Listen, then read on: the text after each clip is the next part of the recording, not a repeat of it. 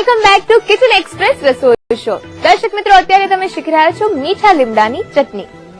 તો જાનીશ, હવે વઘાર કરીએ. ગેસ ઓન કરીએ. ઓકે વઘાર માટે તલનું તેલ લીધું છે.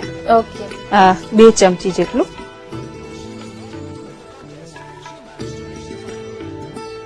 તલનું તેલ જ લેવાય છે, બીજું કઈ લઈ શકીએ ખરા? હા, બીજું લઈ શકાય, પણ તલના તેલની સ્મેલ ને બધું બહુ ફાઇન આવે છે એનાથી. એ તો નોર્મલી એવું કે વઘાર માટે લઈએ તો થોડું ફીણ વળે ને એવું થતું હોય છે તલના તેલથી. ના, સરસ હોય છે. ઓકે રાઈ લેવાની 5 ચમચી જેટલી. અડદની દાળ લઈશું, એ પણ 5 ચમચી જેટલી. ફાઇનલી થોડા સાઉથ ઇન્ડિયન ટચ આપીએ યસ, છીએ. એક્ઝેક્ટલી. ત્યાં સુધીમાં જે મીઠા લીમડાના પાન છે એને ગાર્નિશિંગમાં મૂકી દઈએ. થોડી કોથમીર સ્પ્રિંકલ કરીશું. અચ્છા,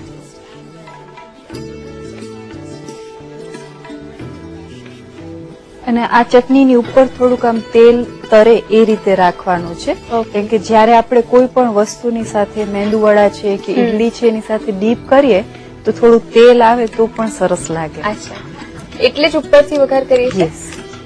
હિંગ લઈશું 1 ચપટી જેટલી. ગેસ ઓફ કરી દઈએ.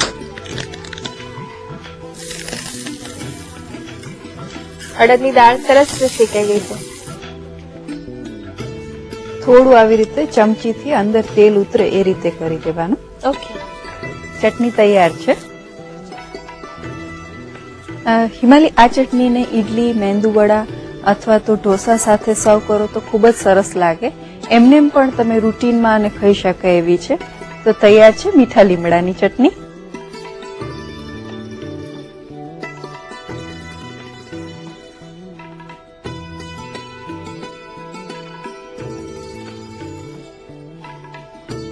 તમે ધ્યાનથી સાંભળ્યું જ હશે કે મીઠો લીમડો હેલ્થ માટે ખૂબ સારો છે.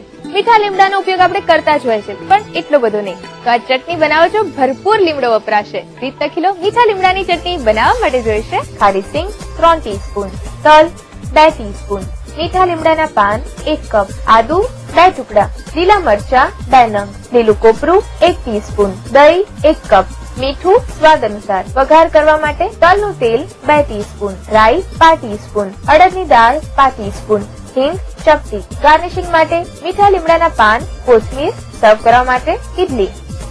મીઠા લીમડાની ચટણી બનાવવા માટેની પદ્ધતિ. સૌપ્રથમ એક મિક્સર જારમાં ખારી શીંગ, તલ લઈ તેને ચર્ન કરો. ત્યારબાદ તેમાં મીઠા લીમડાના પાન, આદુ, લીલા મરચા, લીલું કોપરું, દહીં તથા મીઠું ઉમેરી ફરી એકવાર બરાબર ચર્ન કરી લો. ત્યારબાદ તેને એક બાઉલમાં કાઢી તેની ઉપર મીઠા લીમડાના પાન અને કોથમીર ભભરાવો. હવે એક વઘારિયામાં તલનું તેલ લઈ તેમાં રાઈ અને અડદની